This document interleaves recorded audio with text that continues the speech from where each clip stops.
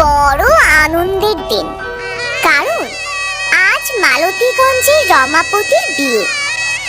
আর তার বিয়ে হচ্ছে দুই গা পেরিয়ে বকুলপুরের বাসিন্দা দীনেশ ঘোষের মেয়ে নগেনবালার সঙ্গে। তাই দুপুর থাকতে থাকতেই বরযাত্রী রওনা দিল গরুর গাড়ি চেপে। তোরা এবার রওনা দে, বেলা যে গড়িয়ে গেল। তুমি আশীর্বাদ করো মা, যাতে তোমার জন্য ভালো বৌমা আনতে পারি। আশীর্বাদ করি বৌমা যেন লক্ষ্মীমন্ত হয়। আজ তোর বাবা বেঁচে থাকলে খুব খুশি হতো রে। হ্যাঁ সেটাই, তাহলে এবার আসি মা। হ্যাঁ, দুগ্গা দুগ্গা। তারপর বর যাত্রী নিয়ে সারা রাস্তা আনন্দে শোরগোল করতে করতে রমাপতি পৌঁছালো শ্বশুর বাড়ি।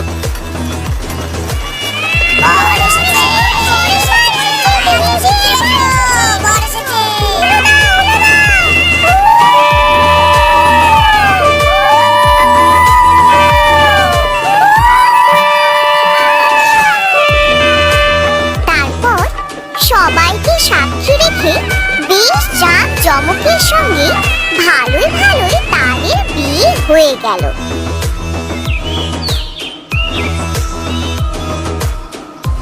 এবার তাহলে আসি বাবা। হ্যাঁ বাবা, সাবধানে যাও, আর আমার মেয়েটাকে ভালো রেখো।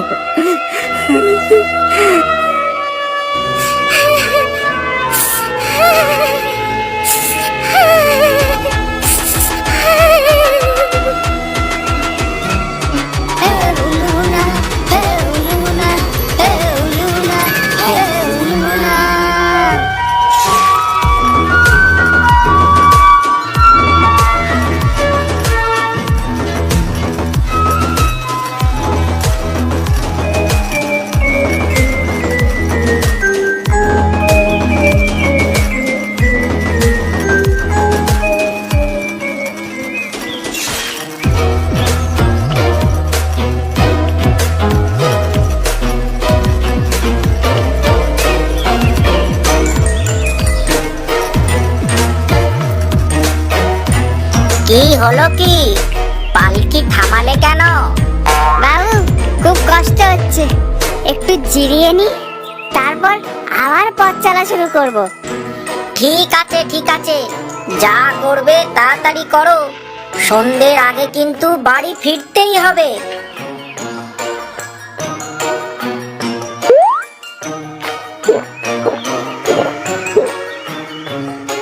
এতটা পথ এসে আমার শরীরটাও কেমন আনচান করছে বুঝলে। আমি বরং ওই এই পুকুরটা থেকে একটু স্নান করে আসি। ঠিক আছে, যাও।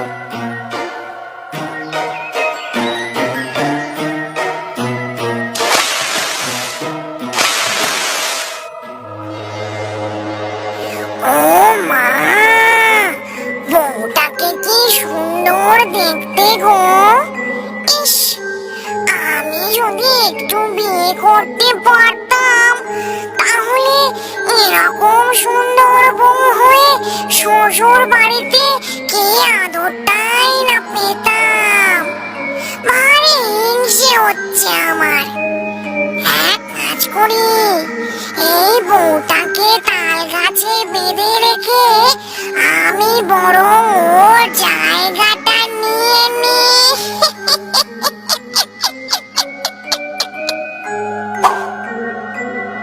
পেতনি যেমন বলা তেমন কাজ। অমনি হুশ করে বউটাকে পালকি থেকে নিয়ে গিয়ে ঝুস করে গাছের ডালে রেখে এলো। তারপর নিজে সেই সুন্দর বউয়ের রূপ ধরে পালকিতে গিয়ে বসলো। আর এই গোটা ঘটনাটা মানুষ তো দূর, কাক পক্ষীও জানতে পারলো না।